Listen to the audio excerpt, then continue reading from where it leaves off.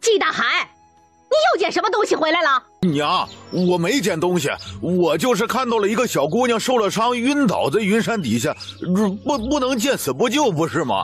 小姑娘，狗屁的小姑娘，咱家有那条件吗？你就捡人回来？老女人骂骂咧咧的，一把将招绵娘给扯开，手在九月的身上摸索。老女人摸不到东西，撇撇嘴。待看清九月被擦干净的脸，这眼珠子咕噜噜的转了2圈。易清是不是还没醒？没呢。老女人猛地一拍自己的大腿，凄厉的哭喊起来：哎呀，我可怜的易清啊，你怎么那么惨呢？脸毁了不说，人还醒不过来呀！娘，没事的，大夫说了会醒的。哎呀，那老陈头子一个半吊子，他说的话能信吗？那您的意思是？冲洗，必须冲洗。这女娃受了那么重的伤还能够活着，想来是个命硬的。就用她呀，给易清冲洗，正好也不用我们多花钱了。哎呦，使不得啊娘，这怎么使得呢？这姑娘还没醒，叫什么名字，家在哪里，我们都不知道，怎么好给人成婚呢？不行的。老女人才不管季大海和招迷娘的意思，转身就往外走。管她叫什么，家在哪里呢？既然被你们捡到了，那就得做我季家的媳妇儿。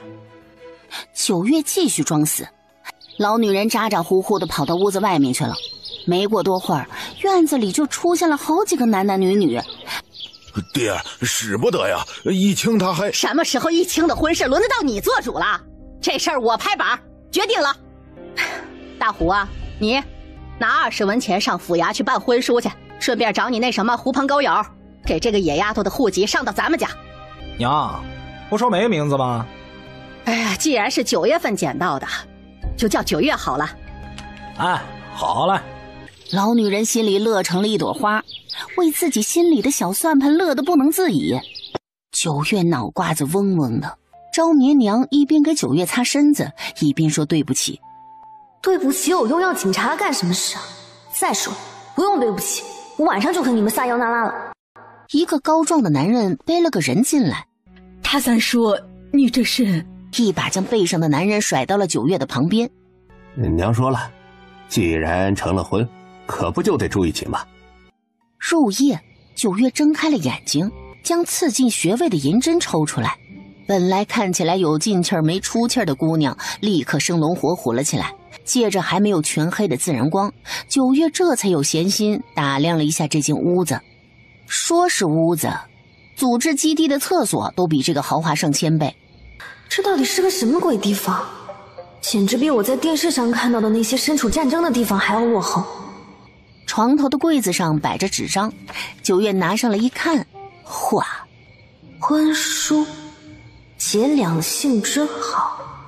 最左边明晃晃地写了2个名字，一个是9月，一个是季易清。这不玩呢吗？这是。天光大亮，9月坐起来，好好的看了看她的便宜老公，顺便伸手摸了摸。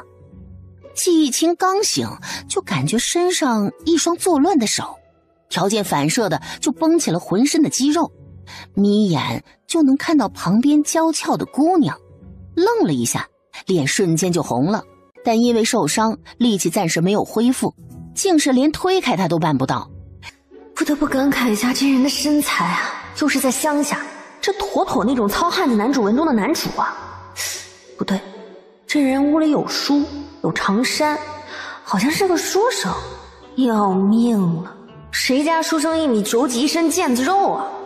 不都是什么翩翩公子，温润如玉的小公子吗？哼，其实9月想说的是白斩鸡的。瞧瞧这大体格子，还有这脸，这种放到22世纪的娱乐圈绝对是顶流级别的，在一众白幼瘦弱鸡造型的小鸡崽们中，简直就是鹤立鸡群的存在，还不是那种健身房里那种吓死个人的肌肉，这体态这么匀称，每块肌肉的位置都十分完美，而且好看。9月检查了一番季易清的身体脉象，确认这人没病，肾也不错，看起来体力应该也可以。能睡，只要这人没有同别人乱来过，那就可以睡。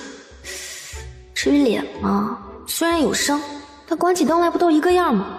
更何况这个鬼地方还没有灯。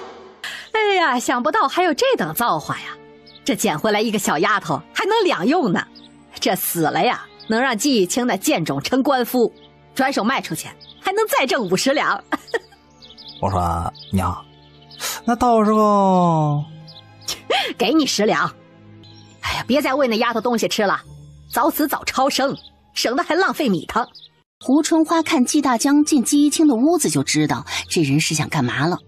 那你快点啊，别你大哥回来了看到了。哎呀，看到了又如何？季一清也没有想到季大江如此的急色，他还在旁边躺着呢，竟然就敢这么对他娘子了。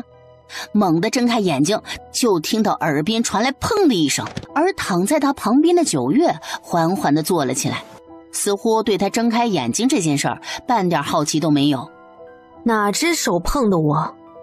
你竟敢打我！你他娘的找死！只听到咔嚓2声，九月伸手直接从裤腿里抽出了一根银针，猛地扎到了季大江的耳后。既然你不会合法的用你的工具，那我就只能合法的毁了它了。季一清坐在床边，条件反射的夹紧了双腿。怎么就晕了？还没有玩够呢，敢用你的猪蹄碰我，也不考虑考虑后果。相公，古代是叫老公叫相公吧？还是官人？夫君？哎呀，不管，我就是要叫相公。你有过旁的女人吗？或者有喜欢的女人吗？要是这人有个什么白月光、青梅竹马一类的，那就不能要了。没有啊，没有同女子有过任何的来往。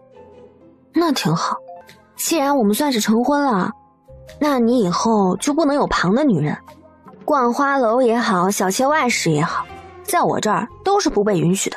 一旦发现，这是应该的。院子外有些吵嚷，季清打开门走了出去。一清，你终于醒了！想不到你阿奶说的冲洗真有用，这下你们俩都醒过来了，真好，真好。季大海看着后娘和二弟在屋里找着什么，走上前去。娘，你找什么呢？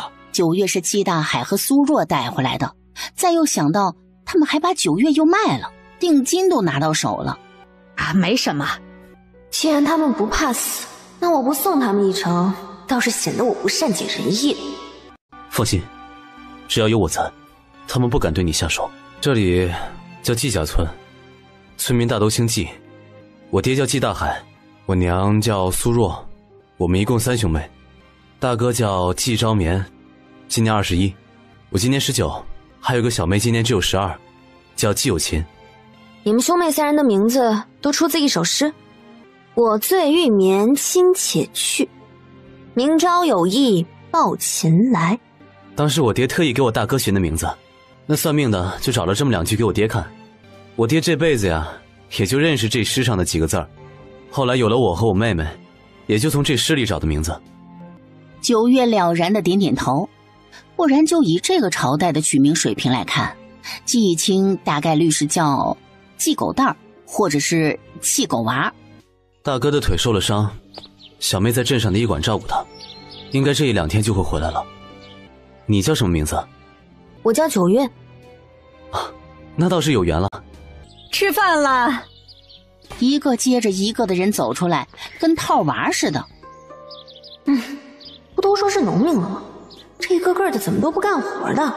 哦，有干活的2头老黄牛。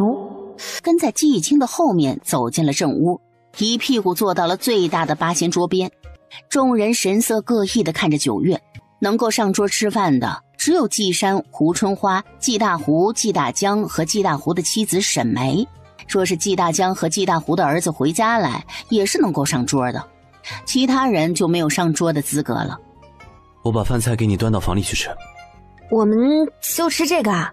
他看了看胡春花和季山碗里的饭，桌上还有菜馍馍2个青菜，而他碗里只有1碗数得清米粒的稀粥和1小块咸菜。季清的同样更遑论是季大海和苏若了。这俩还是出力的主力，吃这点去干活，真是嫌自己命太长了。贱人就是贱人，不吃是吧？不吃可以滚呢。给你口吃的已经是天大的恩赐了，怎么的呀？你还想吃我碗里的呀？你也不看看自己配不配？贱种一个，说是从山崖底下捡的，谁知道是做了什么见不得人的事儿了，然后被人赶了出来了，穿得稀奇古怪的。只听砰的一声，胡春花伸出的手直接被用筷子钉在了桌上，力道之大，直接捅穿了掌心和桌子。我这个人吧，最不喜欢别人用手指着我。胡春花大声尖叫起来，跟被掐住脖子的鸭子似的。季义清本想要将九月拉开的，却见九月已经端着那大海碗往嘴里刨了口黄米饭。天爷，这吃的什么玩意儿？涩嗓子眼儿啊！季大胡直接绕开了季义清，抬手反手就是一巴掌。哎呀！我最讨厌别人要扇我巴掌了。说着手上用力，季大胡连声音都发不出来。九月，干嘛？不可以。九月啧了一声，又想起了这不是22世纪，他杀了人，没人给他善后。季义清拉着九月的袖子往屋子里去，没管屋内的任何人。你知不知道谁要杀人？什么？就是你有没有那种门路，就是有人很想把他的仇人杀了的那种门路。然后呢？找我呀，我杀人贼快的，到时候挣的银子我俩19分，我9你1，让你做我的经纪人。28，你2我8，再不能让了啊！你去做杀手，赚不了多少银子不说，一旦被发现，还有可能会在全国被通缉，过上东躲西藏的生活。到时候可能连黄米饭都没得吃了，只能顿顿吃糠咽菜。啊！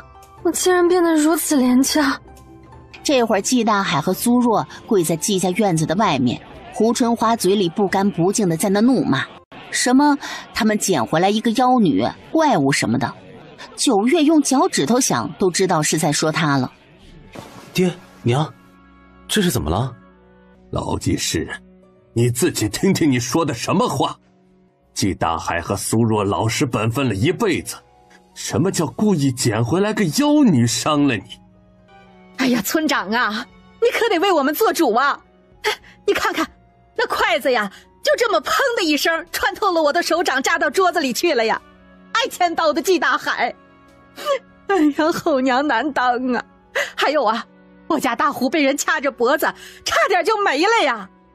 那你说要怎么办？杀人犯必须弄死！他要你弄死，是必须要弄死！却见季义清急切地走到了九月的面前，对着满眼杀意的九月摇了摇头。交给我吧。村长正要说话，就见季义清拉着九月的袖子走到了季家门口，对着村长和村民拱了拱手。二娃，村长，这是九月，是我刚娶的娘子，也是我阿奶口中的妖女。开什么玩笑？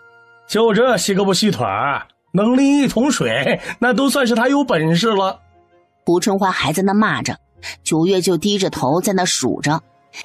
一句野丫头，一句贱人，一句贱种，2句野丫头，2句贱人，2句贱种。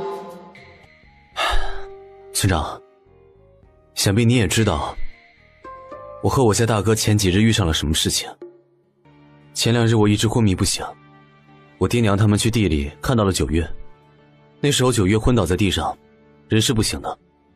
我爹娘最是心善，又想着为我和大哥积德，就将九月带回了家。你爹刚刚说过了。然后我阿奶看九月一个孤女，又生死不知的，就说要让九月给我冲喜。我爹娘孝顺，忤逆不了我阿奶，任由我二叔给九月和我办了婚事。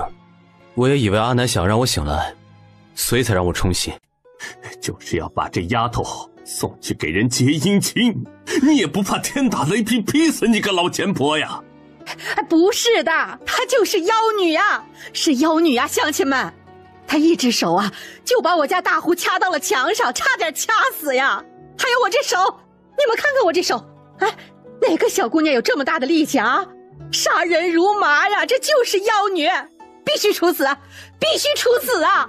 阿南，9月被处死之后呢？他的尸首您又当如何处置？什么意思？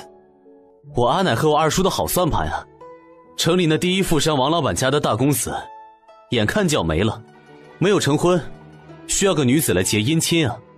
所有人骇然，原来竟然是这么个原因吗？你个满嘴喷粪的老钱婆，好好一孩子被你说成妖女，就是要把这丫头送去给人结姻亲，你也不怕天打雷劈劈死你个老钱婆呀！老叔啊，你就任由这老钱婆败坏我们季家村的名声，要让人知道我季家村人皆是草菅人命之辈，还有谁敢和我季家村的人来往结亲啊？大海把人救回来，你们就送人去死，你们这是要遭报应的。连带着季大虎等人也被好好的骂了一顿，村里个个都来戳他们脊梁骨。人群走远，9月面带笑意的反手关上了院门，转过头来之时，9月的脸色沉了下来。易清，你让9月别生气了。话音刚落，就见刚跑到堂屋正门的胡春花猛地跪了下来，谁也没有看到9月是怎么出手的，转而一把将躲在墙根下的季大虎给扯到了地上。寂静的院子里只传来一声接着一声令人骨酸的咔咔咔声。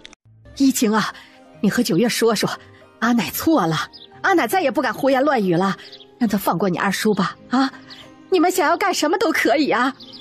季山看着几人的目光，发狠地拿起了墙边的扁担，朝着9月的后脑勺猛地挥下去。9月，爷爷这是不信我的技术，要亲自来试试了。魔鬼，你就是个魔鬼！9月，他们都知道错了，你别和他们计较。爹爹帮你劝他们，以后他们再也不敢乱说，也不会再和你作对了。二叔他要当好吗？快种麦子了，得让他干活。好嘞。正给季大虎复位，蓦然想起床底下的季大江。哦对，还有你三叔不是在我们床底下吗？胡春花哭嚎着就想要去找季大江，就看到季青和季大海把季大江给抬了出来。娘，他是魔鬼，是魔鬼啊！把他丢出去，赶出去，快赶出去！三弟怎么会在易清和9月的床底下？爹，你们救了他，9月是承这个恩的，更何况9月也不是滥杀无辜的人。你看他全程针对的只有对他不好的人，只要你们对他好一点，他不会对你们做什么的。婆婆是个不讲理、蛮横、刁钻刻薄的。我要去接大哥回来，还要买药，这20两得留着给大哥治腿，还剩下9两并432个铜板，都给你。你想要吃什么、喝什么，都拿这个钱去买。都给我。我要去接大哥和小妹回来，你在家休息会儿，不能杀人啊。我又不是什么杀人狂魔。娘，你不想他死吗？哎呀，儿啊，不是娘不想啊，是那贱丫头太邪性了，我们都不是她的对手啊。娘，这个东西无色无味的，您装作去给那贱人赔罪，把这东西放到茶水里给他喝下，剩下的就不用管了。哎，不，我不去。要是被那妖女发现了，我这条老命怕是真的要交代了。您就算不为我们着想，你也要好好的想想还在镇上上学的3个孙子呀。要是被王家针对，您那3个孙子可就没前程了。一家子被个小姑娘拿捏，季山如何能忍？去！吴春花和季山佝偻着背，颤颤巍巍地站在9月的面前，美其名曰是胡春花和季山特意给她赔罪的茶水。这玩意儿我4、5岁的时候就接触过。他不招惹他们为什么非得一次次的来他面前蹦的呢？你们真要我喝这杯茶？是啊，9月丫头，你看你现在和易清也成婚了，都是我孙媳妇儿了。这2天我们之间有太多的误会了，就当我们做爷奶的不是。真喝啊！却见9月手腕一翻，抬手就掐住了胡春花的下巴。眼看季山要跑，直接一脚就把季山踹倒在地上。却岿然不动的将大碗茶直接喂给了胡春花。这么好的东西，当然要你们老两口好好的享受了。说完，九月直接把剩下的那点底儿给季山灌了进去。九月把胡春花和季山直接丢进了他们的卧房。说说吧，你那玩意儿都不能用了，还想要给我灌药，你想干嘛呀？季大胡惊讶地看了一眼季大江的下面，莫名地夹了夹双腿。你知道吗？我这根针……我找了人来，想要趁着你中了药，然后让人被你玷污了。那些人呢？应该在窗户口，他们敲窗户，我就放他们进来。九月脸色蓦地沉了下来，眸光清冷，掌心朝下，缓缓地蓄力转圈，单手成钩状。他们都瞧出来了，九月是真的要杀人了。季大胡双腿发软，第一次跪在了九月的面前。我要他活着，死了就一了百了了，那我这些年受的苦就白受了。季大江张着大嘴，连哭都不敢哭出来了。九月也懒得去猜李小草干嘛这么恨季大江了。有道理。然后众人就眼睁睁地看到九月的手在季大江的背上沟壑处轻轻地一摸，季大江嘴巴一张，九月双手掐住季大江的下巴，咔嚓一声，季大江的呼喊戛然而止。好了，不能说话，头以下动不了，眼睛看得到，耳朵听得到。李小草给九月磕了一个头，就算是为了2个孩子，李小草也不能任由季大江这般搓磨他们了。九月赞赏的点点头，这世上的事儿啊，左不过关你屁事儿和关我屁事儿。二叔，你们刚刚看到了什么呀？我们什么都没看到，我怎么觉得九月可以自己解药？但是他偏偏不解呢。季大胡现在是一听到九月的名字就浑身发抖，一个大男人3两下就彻底瘫了。让他不能说话就不能说话，让他不能动就不能动。你快别说话了你啊！他都要吓尿了好吗？季大海和苏若一人背着个背篓推开了院门。九月呀，娘刚刚捡到了几个鸟蛋，等会儿给你蒸蛋羹吃。娘，你开心就好。就那么拇指大点的鸟蛋，3颗，够我塞个牙缝。啊！银子，你在哪儿啊？弟妹，端去堂屋好吃饭了。爹，您最好还是别去堂屋了。你这孩子，我叫你爷奶吃饭呢。爷奶现在可能没时间。咋了？就有没有一种可能，爹你可能快要有小弟弟或者小妹妹了？你这孩子瞎说什么呢？说话间，听到堂屋微弱的动静。大哥，你别去！1个2个都阻止他去堂屋。季大海愣了一下，敏锐地察觉到应该是发生了什么事情。哎呀，你别管了，等义清跟朝绵有情回来就开饭。爹娘这会儿有事儿啊。那个，这侄媳妇儿啊，我说那个你爷奶他们这死不了。但以后再搞什么幺蛾子就不保证，不只是爷奶，你们也是一样的。也不会，哎，绝对不会。季青刚站到院门口，就看到了门打开了，他二叔二婶儿，他爹娘，他三婶儿都齐整整地站在门口迎接他。回来了，累不累呀？快进来。这弟妹到底是何方神圣，竟然来这里2天时间就把一家子治得服服帖帖的，是个人物啊。众人草草的吃完洗漱后，就各回各家，各找各床了。二叔，怎么了？当初要是不想着挣那50两，就不会惹上9月，更不会惹上王家。现在是两头不是人呐！王家的人来了，所以他们来干嘛？接姻亲。二叔怎么招惹的？那就二叔自己去想办法吧。季大胡自知躲不过了，连忙把银子给准备好，却见王护卫直接把20两银子扔在地上。季大胡，我记得你昨个说的是随时都可以过来把人带走，不都说死了吗？还不把人交出来？王护卫，不是，这真不是我们不愿意，不是，虽说这结姻亲吧，他确实是自愿的，但要双方都没命了，对吧？这个我家这个他还活得好好的，我说你们总不能对他，哼，你和我说这个话是你自己说的，人也是你自己非要卖的，这白纸黑字的，可做不得假吧？报应啊，报应！季青将九月拉到自己的身后，演得九月一脸懵。他一个武力天花板，需要人保护吗？人呢？叫什么？护卫把手上的文书拿过来看了一眼。王家很厉害吗？护卫还在那扯着季大虎吼，季大虎打死也不敢说九月在哪。是清水县的第一富商。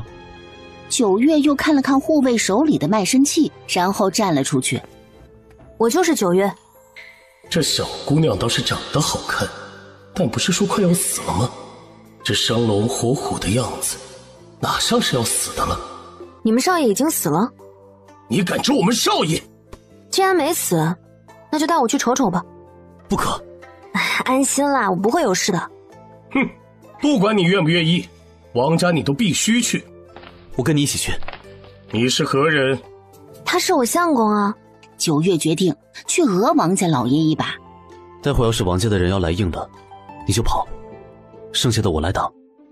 这不就来活了吗？老爷夫人，这位就是九月姑娘了，这位是他夫君季义清季公子。王生，这就是你说的那位大夫？是的，老爷。罢了，那就请九月姑娘给我家景年好好的看看吧。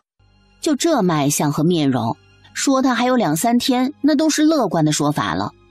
九月闭着眼睛细细的感受，联想到他的体表特征，还有身上散发出来的味道，一一做对比，心里渐渐的有了谱。王老爷，我给你也搭搭脉。我家老爷也有病。怎么可能？我这生龙活虎，面色红润的，可比同龄人看起来年轻好几岁，怎么可能会有病？你别说话，听大夫怎么说。夫人可以在王老爷的额头上用劲按一下。走到王老爷的面前，就用食指戳了王老爷一下，用了点力，王老爷被戳得往后仰了一下。然后呢？你看看刚刚戳的地方，有个窝。九月站起来就戳了站在旁边当保护神的季义清一下，当着王夫人的面戳的。夫人请看，我夫君戳一下，然后没有窝，很快皮肉就回了，但王老爷则是不然。这是肿的把皱纹给撑开了，当然比别人看起来年轻了。你这小丫头。王老爷说自己生龙活虎，但其实是精力过于旺盛，超出了身体的负荷，白日里哪怕不休息也不会觉得累，晚上睡不好，白天却很有精神，这透支的可是你自己的身体，你不会觉得奇怪吗？还有，王老爷是否夜里常口干舌燥，一夜起码要起来喝3、4次水，嘴里常有甜味？那他这是怎么了？这是把脉才好说。刚刚给王景年把脉都没有蹙眉，给王老爷把脉倒是蹙起了眉头。怎么样？500两。然后又指了指王老爷，300两。可真敢开价呀！九月，你到底知不知道800两是多少银子呀？你这意思是你能治我儿子？不能治我报什么价格？别觉得贵，你家儿子他们说3、2天，可是我说就是不治，最迟就是今晚了。我这可是跟阎王爷抢人，500两不算高了。而你之所以300两，是因为你大概还有个3、5年，所以还有时间。你说什么？你大概10年前被人下了绝嗣的毒药，还被人下了影响寿数的毒药，那毒药是少量多次的下到你的身体里，找不出来你就还有3年，不解让毒药一直在你身体里，那你就还有5年。绝嗣？是啊，绝嗣，也就是不会有孩子了。这么说你们懂吗？王夫人隐晦地看了一眼王老爷，王老爷的脸则是彻底的黑了。九月不懂了，绝嗣就绝嗣呗，还能有命重要？这两个人的关注点是不是跑偏了？儿子还搁那躺着呢。你确定？确定啊！我说你10年前就生不出来了。你这儿子啊，也不是生病，是中了毒，胎里毒。什么？胎里毒的意思就是这毒是下到了母体，在确认你怀孕之后，这毒就被喂下了，然后这毒母亲不会有什么问题。只要你能治好我儿子，其他的一切都好说。我还要我的卖身契。王管家很快就把9月的卖身契拿了过来。老爷，谁给我下的毒？谁给你下的毒？恐怕老爷心里已经有了怀疑对象了，还望老爷能够给我们母子3人讨个公道。3人？我还有个女儿，也是一直体弱多病的，老家9月姑娘给我家暖暖看看，至于诊费，那就凑个整吧。也就是1000两，哼，果然是大手笔，比开医馆挣钱不少。9月乐呵呵地看着季以清笑，季以清无奈地带着笑意摇了摇头。把药煮了，混在洗澡水里，待会儿你家少爷至少也得泡1个时辰，期间水不能太冷，也不能太热，所以一直得有人煮药。手里的银针不停，不到半刻钟的功夫，王锦年就被扎成了个刺猬。而针扎完之后，9月手里的小刀又开始动作，分别在王锦年的脚踝、手腕、指尖、舌头等好几个地方都划了很小的口子。随着最后一根银针扎下，众人这才发现，王锦年之前冒出的鲜红色的血，这会儿都成了黑色。好了，等会儿就给他止血拔针。正满心担忧着，躺在床上被扎成个刺猬一般的王锦年发出了一声细微的呻吟。老爷，锦年刚刚好像出生了。药水准备好了没有？这9月姑娘都准备好了，抱到浴桶里去泡着，记着，药水一定要淹过脖子。饿了。老爷和夫人吩咐了，准备吃食，2位请跟我来。早说嘛，他肚子都要咕咕叫了。坐在正屋，9月啧了2声，果然是第一负伤，这吃的就是不一样。9月来到这里3天了，终于是吃上了点像样的吃食了。你们可以喂王少爷点米汤和水什么的，水的话就喝我配了药的那个，随时给他补充着。好。待第3天下午，9月和季清走时，王锦年的脸上已经开始有血色了。9月得到了1000两银子和好多东西，甚至王老爷还让王管家亲自用马车将2人给送回去。你读书那么久，能当官吗？我看你在读书，不是要当官吗？他和季昭民苦读多年，本来就是为了科举当官改换门庭。季清摸了摸自己的脸，他现在哪还有这个奢求了呢？连科举的考场他都进不去了。曾经是。那你书读得好吗？可以考上当官吗？还行吧，但我现在当不了官，也考不了试了。什么考不了试了？大齐律，为官者五官端正。就这么一条疤，你就不能当官了？从11岁起蒙起，他就一直想要考到国都去，但现在一切都是幻影罢了。你别管吧，你就说现在你去参加科举，能不能考上？我和大哥本就准备明年参加科举，我们现在已经是童生了。童生好像就是科举的入门考试了，童生后是秀才、举人、贡生、进士，这一关关的。那你好好准备，我要做官夫人。他已经说了，他脸上有这么一条狰狞的疤，是参加不了科举的。9月，我脸上小问题，1个月包你脸上什么都不剩。恍恍惚惚的才想起9月的医术很好，不只是好，他甚至还有起死回生的能力。王锦年不就是个例子吗？真的？该死，他竟然敢怀疑我的医术。我相信你。要是季清不能当官，他怎么办？让他一直憋屈着是不可能的，他一点气都不能受。大哥，你读书好不好？考科举能不能考上当大官？季清跟出来就听到了这么一句。什么？不知道怎么回答9月的话，只能看向跟在9月身后的季以清。一清，大哥书读得很好，童生事实是暗手。在考秀才的时候，我和易清都因生病没有去。但现在我大哥的腿……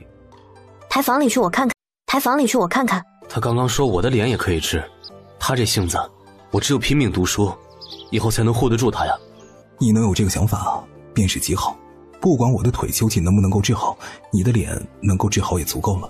若是我的腿能够治好，作为大哥，那护着弟弟妹妹们不也是我应该做的事吗？九月手里拿着刀和银针，若是粉碎性骨折，除非是开刀，就没有其他的办法。九月查看了一番，没有直接上手摸，而是选择了搭脉。腿上经脉断了大半，可以治，可是我比较痛苦。大哥，你要治吗？此话一出，饶是等在外面的季大海和苏若都冲了进来。九月，你说你大哥的腿还能够治？季昭眠已经激动得说不出话来了。可以治啊，他这才受伤没多久，距离受伤的时间越短越好治疗。他这个腿3个月就能恢复了，最迟半年就能和常人无异了。不过想要习武怕是困难。这会儿距离明年的科举还有差不多7个月，时间上也来得及。真的可以吗？别怀疑我的医术，你不是亲身感受过了吗？我知道，我就是太开心了。是的，九月你别生气，我们没有那个意思。是啊。大哥，要治吗？过程会很痛苦，不是一般的痛，是很痛，而且没有办法缓解的。治，我要治。九月，你放心吧，以后你有什么事，我一定竭尽所能，赴汤蹈火，在所不辞。九月，你尽管说，要我们做什么？他们一点都不怀疑九月的医术，毕竟王家的事儿才刚发生。写方子吧，趁着时间还早，季义清去买回来，明日就可以开始施针了。九月直接开口，季义清下笔如有神，刷刷刷的开始写字。季大海和苏若像是连呼吸都停止了，而季昭眠听着九月说的东西，各种药材没有直接说分量，都是一大包一大包的买回来，还有专门称药材的等称，看样子是要买回来自己配了，满当当的写了满3张纸。就这些了，你尽快弄回来吧，早一点治疗早一点好。等等，还有其他的吗？就见九月从兜里拿出了200两，直接递给了季义清。去吧，我以后都会还的。九月转身就看到房檐下站了一排，季山和胡春花站在了最后面。都过来开个会。众人满脸的懵，什么是开会啊？但他们都听得懂九月的意思，那就是都跟上去，不听就得挨揍。看着众人都被收拾得服服帖帖的，九月压抑着嘴角。我只说几点，在我这儿人只分2种，听话有用的比如爹娘，不听话没用的比如爷奶。闻言，季山和胡春花腿软的都要跪下来了。所以呢，我决定再给你们所有人一个机会，看你们到底要做听话有用的还是不听话没用的。以后呢，这个家就由我来当了。一个小姑娘竟然敢明目张胆的谋夺家主之位啊！我买的那些东西就是给家里吃的用的。那可是白米精面呐，一口下去那都是银子的味道。当然了，在我这儿只有用的人可以吃，干活的人才有的吃，不干活光动嘴的就只有饿着。应该的。吃的用的全部都可以一起用，只要干活我就不会亏待了任何一个人。应该的。胡春花啊吧啊吧的不知道说什么。他当家的时候让他们吃不起这些，更是买不起那么多的布匹。都听话点，我也不想家里见天的鸡飞狗跳。是。爹娘，你们给我腾个屋子，我要做药房，顺便弄个药柜，就和医馆那样的，做小点就成。好。想起季昭眠的腿，还有季义清的脸，自是没有半点不应的。够吗？够。这9月才来了几天呢，几十两银子说拿就拿。娘，季义清说你做衣服和鞋子有一手，我的衣服和鞋子你帮我做。成。我留几匹布，剩下的你分分，让他们都给做。沈梅和李小草对视了一眼，眼睛都亮了。这9月残暴是残暴了点儿，但他手底下露点缝也是够他们吃穿的了。9月净手后，手里捏着银针坐到床边。真的会很疼，要不要咬块布或者是棍子？这点痛楚若是都忍不了的话，那在以后还怎么成大事？季昭眠这种确实没有缓解的办法，连麻沸散都不能用，所以只能让他疼着不说，还要和9月说是什么感受，方便9月判断到底有没有扎到经脉上。一针下去，饶是季昭眠再能忍，还是啊的一声惨叫出来。按住他，别让他乱动。这种疼9月知道普通人是忍不了的，但乱动就会判断失误。9月不想做无用功。扎完了针，9月坐在一边开始烤一块黑乎乎的东西，那是膏药，需要烤熟烤热。今天第一次扎，至少要扎2克重。大哥，还能忍吗？季昭眠双手揪着身下的床单，牙关咬得死死的，青筋都疼得冒了出来。能。明年3月份就要参加科举，你们该看的书都看过了吗？看完了。我明天去街上书肆。季青，你要不要去看看，需不需要多买点书回来？反正你们俩现在的样子，怕是也去不了书院了。好。就以9月的性子来看，未来还不知道会遇到什么事儿呢。若是他爬不到一定的地位，那就没有办法给9月善后。季青把季昭眠给弄回了屋，季青坐在床边。大哥，你是不是有什么想法？季昭眠捻着自己的衣摆。现如今我们已经做起了好几种粉，藕粉跟红薯淀粉，玉米淀粉最迟晚上也可以吃了。我瞧见了。所以9月说的这个淀粉，若是拿出去卖，肯定是一笔很大的进项。给县令？可以，现在调任还没有下来，这个也算是给李县城增加一些筹码，就要看他怎么做这事了。不给李县城，我们和王老板合伙做生意。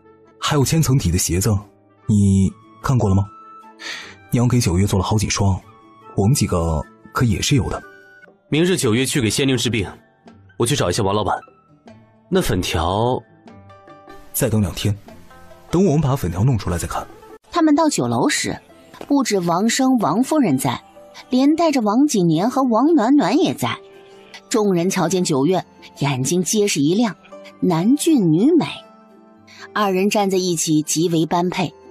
年儿，这位就是9月大夫，就是他将你从鬼门关给拉了回来。王锦年有些激动，这一激动，喉咙就有了2分痒意，忙用袖子遮挡着咳嗽了2声。你说你自己闹着要对救命恩人当面道谢，怎的话都没说一句，自己先咳上了。娘亲，好好好，娘不说了。季青把手里提着的布袋放到了桌子上。小小礼物，不成敬意。这位是我二婶。王夫人和王老爷对视一眼，都有点不懂季青和9月把自家二婶带来是什么意思。还有桌上的这个布袋，里面装了什么东西啊？实不相瞒，王老爷，今日我是来同王老爷做生意的。我二婶厨艺了得，我要同王老爷做的生意，就和这原料有关。不知可否让我二婶做2道菜给王老爷试试？王老爷和王夫人虽然有疑惑，不过和9月打交道，自是知道9月非常人。王老爷做事洒脱，不拘小节，直接让掌柜的带沈梅去小厨房。我二婶厨艺了得，我要同王老爷做的生意，就和这原料有关。不知可否让我二婶做2道菜给王老爷试试？王老爷和王夫人虽然有疑惑，不过和9月打交道，自是知道9月非常人。王老爷做事洒脱，不拘小节，直接让掌柜的带沈梅去小厨房。季青从沈梅带来的几个布袋子里面，先拿出了几双千层底的布鞋来。王老爷请看。季青没有书生的酸腐气，历来能屈能伸。这鞋穿着走路不磨脚，穿久了脚底也不会觉得疼，甚至这鞋底十分的软和舒适。王生摸了摸鞋底儿，发现和他们穿着的单层布鞋底儿确实是有很大的区别。布鞋、锦鞋、靴子，不管是什么样式的鞋，都可以用瓷的方式做鞋底。这鞋底真的牢固吗？王老爷尽可以放心，如今我家中人人都有布鞋，就算常年走路的我，一双鞋也能穿上几个月不坏。这本钱一双1尺3四的鞋底，本钱4文钱都不到，竟这般便宜。实不相瞒，鞋底就是用的碎布头来做的，就是耗费一些时间罢了。王生越看越是欢喜，若是季义清愿意把做鞋底的方子卖给他，他有把握让自己的布店成为清水县无可比拟的存在，甚至还可能卖到府城、郡城，甚至是都城去。这鞋底的方子如何卖？王老爷莫急，这才是第一样。季公子还有好东西。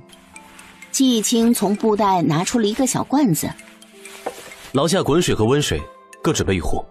只见季义清在每个小碗里舀了1勺这粉末，然后倒入滚水搅拌，那股子清淡的清香浓郁在屋内消散不下，让人一闻就十分的舒适。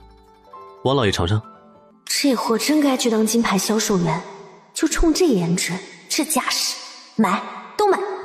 季义清刚冲完最后一碗放在自己的面前，冷不丁的被九月这么毫不掩饰的看着，耳朵瞬间就红了，只能趁着无人注意的时候，在桌子底下轻轻捏了捏九月的膝盖。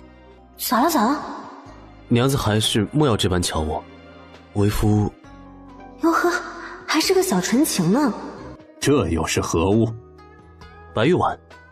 这白玉丸有清热凉血、通便止泻、益血生肌、止血散瘀、安神助眠的功效，不仅可以加桂花，还可以加红枣碎、蜂蜜、冰糖等等，吃起来的味道都很不一样，尤其适合食欲不振和睡眠不好的人吃，只要别和寒性的食物混在一起吃就可以了。说话间，掌柜的亲自带着小二来上菜了。在场的这些菜，王生除了一道木耳青笋炒肉片是见过的，其他的倒是都没有见过。尤其是那正在面前还冒着热气的酸辣粉，又酸又辣的，光是闻到就不停地分泌唾液。王老爷，王夫人，尝尝。就这些东西，他的酒楼要是都能够上，还愁他的酒楼在府城站不住脚吗？季公子这些东西，说实话，我都很满意。季公子看开个价吧，不管是这些菜品方子，还是鞋底的方子。王老爷的意思是，只准备和我做这一次生意，一竿子做完了，以后就不合作了？季公子的意思是？运筹帷幄的样子，看得九月觉得，果然男人有魅力的时刻，绝不是仅凭一张脸的。想必王老爷也看出来了，今日这桌上的菜，都是市面上可以说是整个大齐也没有出现过的菜品。还有千层底也是，大齐从来就没有过这样的鞋底儿，所以说市场有多大，想必不用我多说了。这些我都只要1成利，我只出方子，原料不出，人工不出。当然后续有新加的关于这个调味的方子，也会第一时间给王老爷。季公子胃口是否太大了些？九月脸猛地沉了下来，又没要他多少，他们这可是技术入股，技术入股啊！很多公司技术入股才不会只占这么点股份。季青，你把我爹怎么了？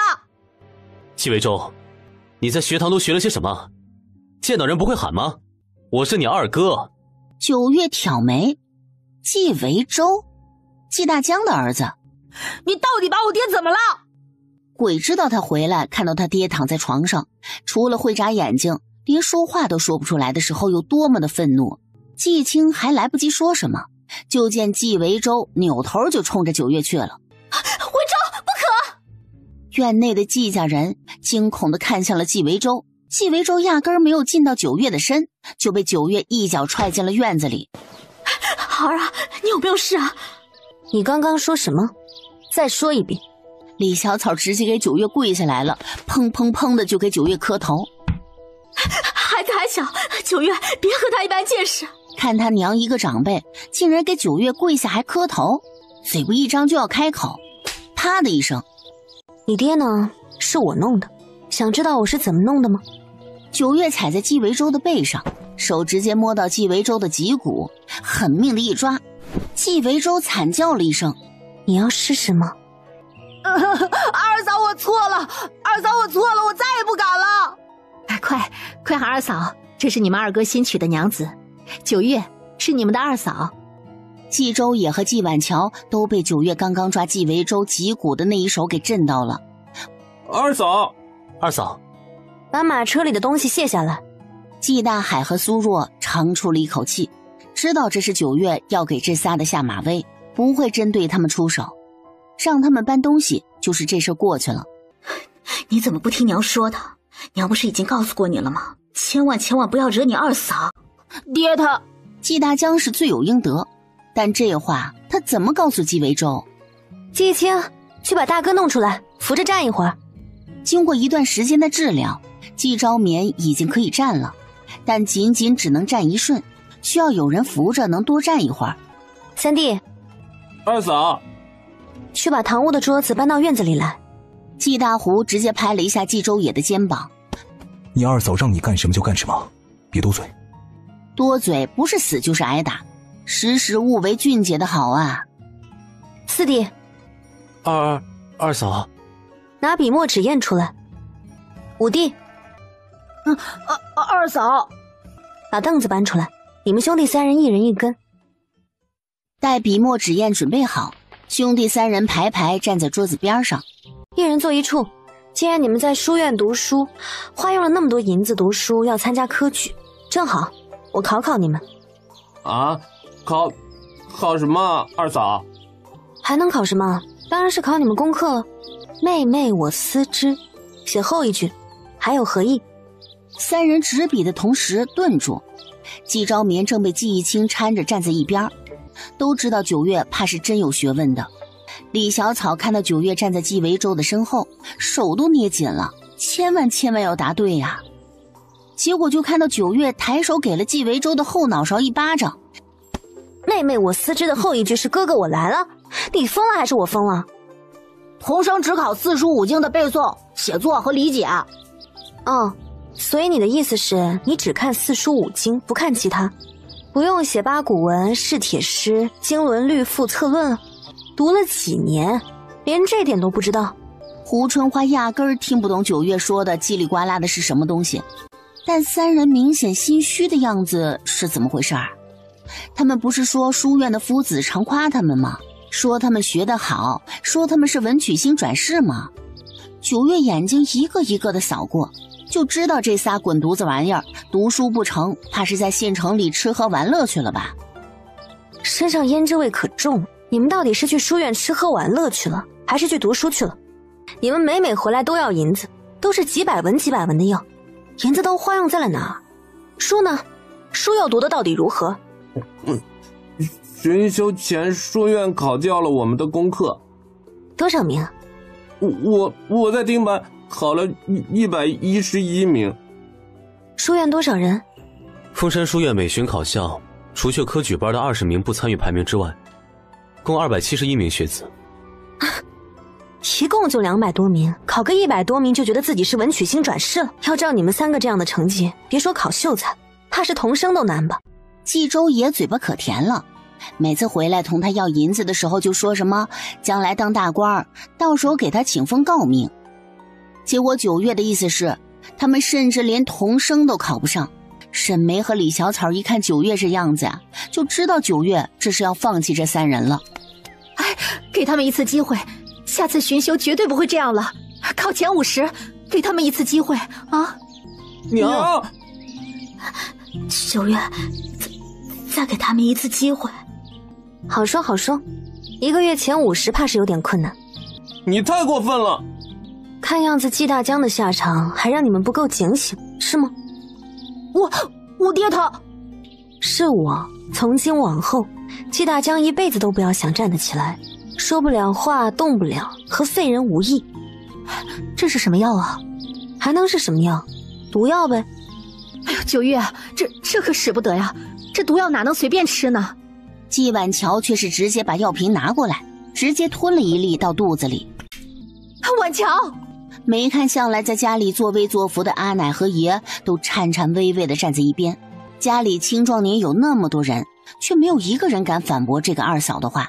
想来他们不在家的这段时间，家里人都被整治了不止一次，更何况季大江的惨状还在那儿摆着呢。我会努力读书的。可3个月吃一次解药。好。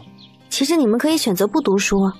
我这个人吧，向来好说话，只要有用且听话的，我就愿意用着，绝不会亏待人的。季州爷，看看你娘身上穿的戴的，可比一般人穿的好多了。再看看你们家这一大家子，只要有用又听话，什么好东西没得享受呢？不敢，二嫂，我们定当好好读书。不敢，二嫂，我们定当好好读书。不敢，二嫂，我们定当好好读书。没看瘸腿的季昭眠腿质好，都要他读书吗？明年考过以后，最多再给你们3年的时间，我不养吃白饭的。听二嫂的。大哥，我是有话要说。怎么了？还能怎么？还不是村里那些碎嘴子。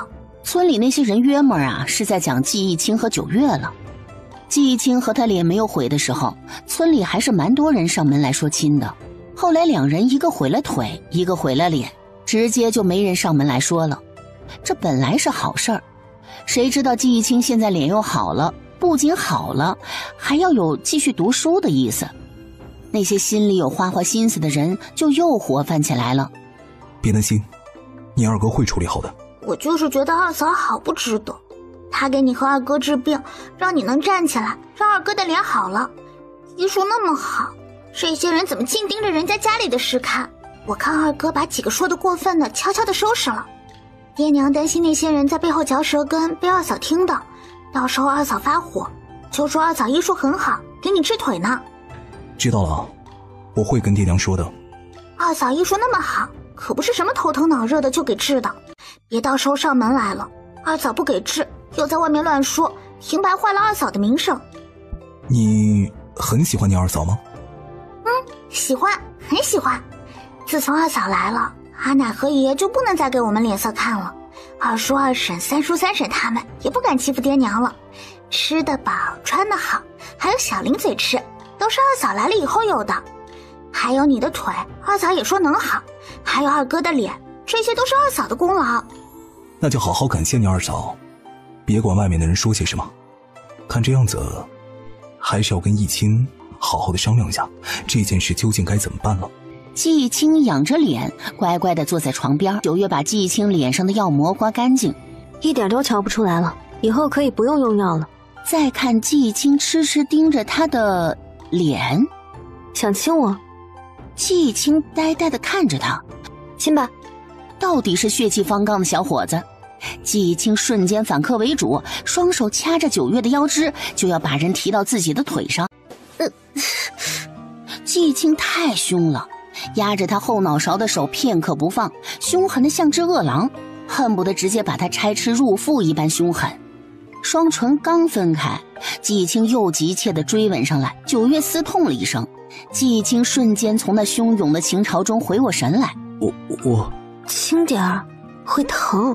又吻了上去，也可能是男人在这方面都有得天独厚的天赋，倒是让九月体会到了一次什么叫被吻到腿软。眼看就要到最后一步了，季义清猛地埋在了九月的肩膀处。我不会。没事，这次我伺候你，我找书给你看，下次再说。舒服吗？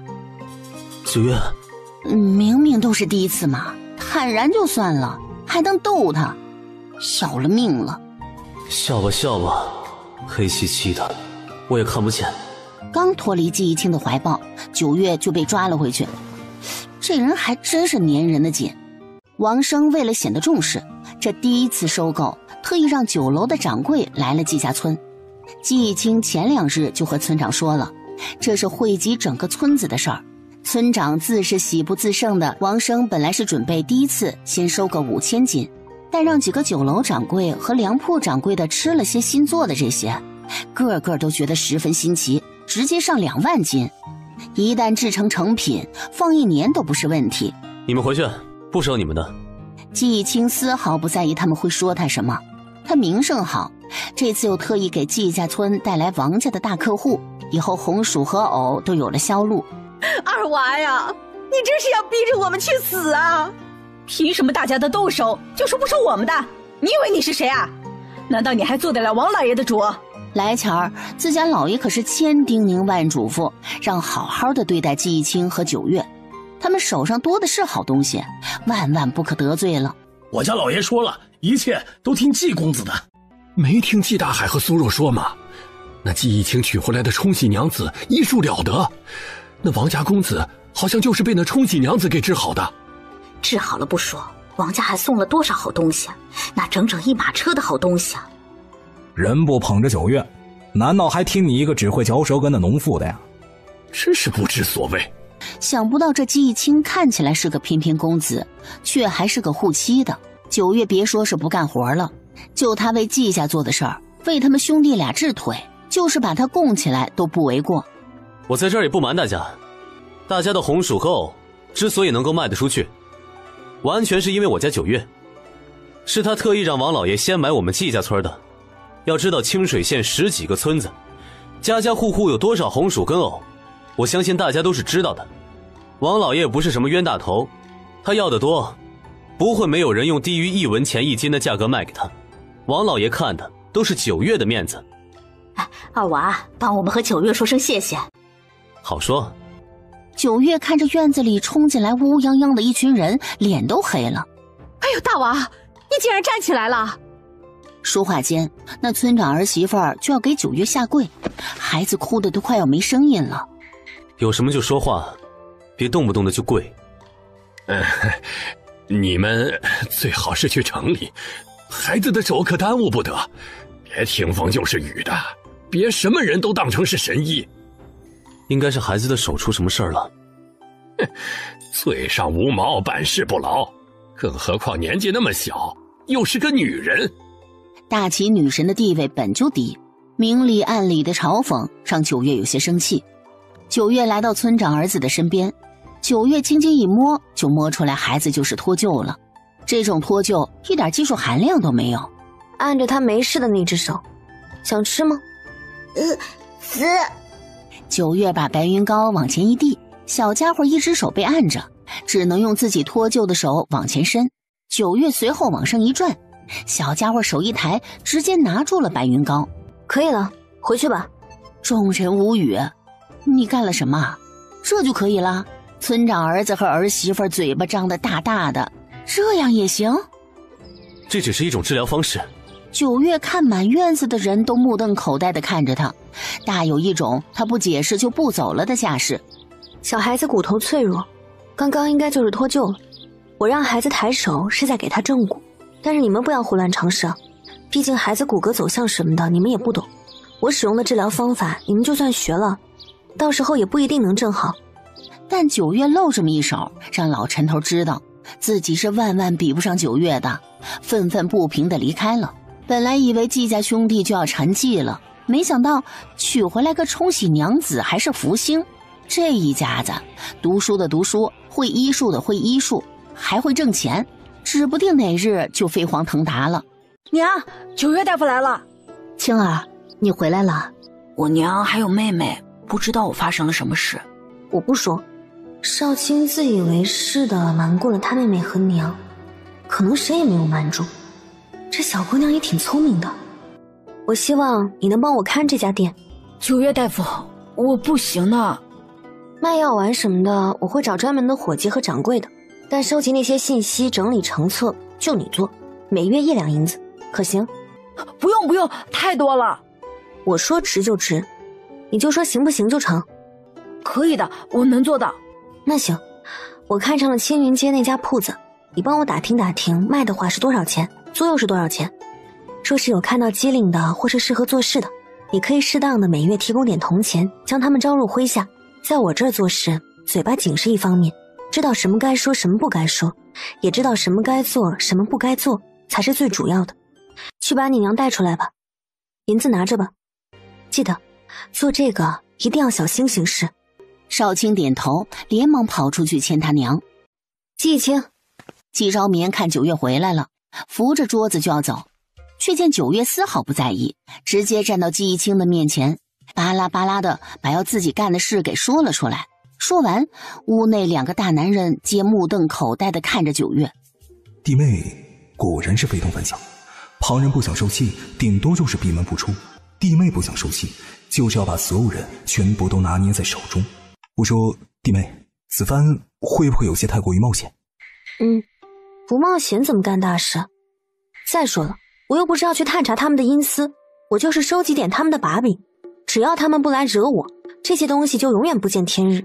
但若是他们敢来惹我，9月不可惹，不能给气受。弟妹，要不然你再好好说说你要做的事，就是你说的那个情报机构。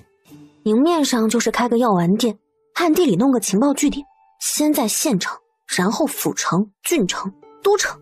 你们想想啊，只要我这据点顺利的开到了都城，到时候你们俩再考去都城，在都城当官，那有了这个据点，你们看谁不顺眼，嘎嘎的就能把人弄死，那不爽死了。季青，你就说明天和不和我去县城里弄吧。没说不同意，就是觉得你这个据点是不是要好好的规划一下？要规划，但是先把铺子买了再说呀，我还得把药丸搓好什么的，可能年前勉强开得起来。弟妹，那些药丸确定有用吗？然后9月的视线落在季昭眠的腿上就没动了。9月的药丸怕不是有用，而是很有用。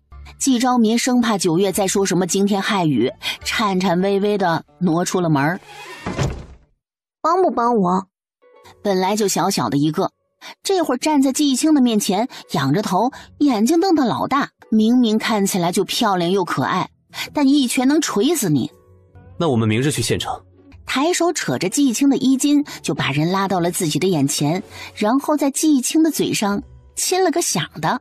一个吻的威力竟然这般大吗？要是以后那什么了？哎呦喂，他可怎么办呀？我给你们月银，每人每月300文。9月呀，这些都是你的方子，这怕是不好吧？9月大夫，季公子，那个铺子我已经打听过了，主家和牙人签了契约，上面写的是200两，但我四处打听了一下，170两可以拿下。拿下来了以后，需要简单的装修一下。我打听了一下县城里的几家工头，有2家可以选，牌匾可以到老王家做，他做的好看，而且能用的很久，口碑好。掌柜的人选我也打听了好几家。少卿一个12、13岁的小少年，就把事情安排得妥妥当当，什么都打听得清清楚楚，让9月全然没有后顾之忧。看我眼光好吧？季青看9月那嘚瑟的样子，不禁失笑，从县衙把过户的房契拿到了手。哎呀，就算我不干活也有银子进账，美滋滋。事情办成了是吗？我写了一些关于9月要做的那个据点的想法什么的，大哥帮我看看，还有没有什么要补充的？哦，3个小丫头惹得他不高兴了。他大概是不想搓药丸吧，所以想要这3个小丫头帮他搓药丸。我给你们月银，每人每月300文。9月呀，这些都是你的方子，这怕是不好吧？9月挑眉，惊讶于苏若竟然有了自己的想法，这是好事儿。怕什么？我说过我喜欢听话有用的，若是不听话的，那就弄死好了。阿嫂，你放心，我绝对不会背叛你的。乖啊！你妹妹这样崇拜9月，以后还能嫁人吗？若是他们妹妹能学到9月，哪怕是一星半点儿，就不会受夫家欺负。都认字吗？认字的，哥哥没有教我。过几天才会有瓷瓶送过来，所以你们慢慢搓，每种药丸先搓几瓶出来。药丸这东西也是有保质期的。是，阿嫂。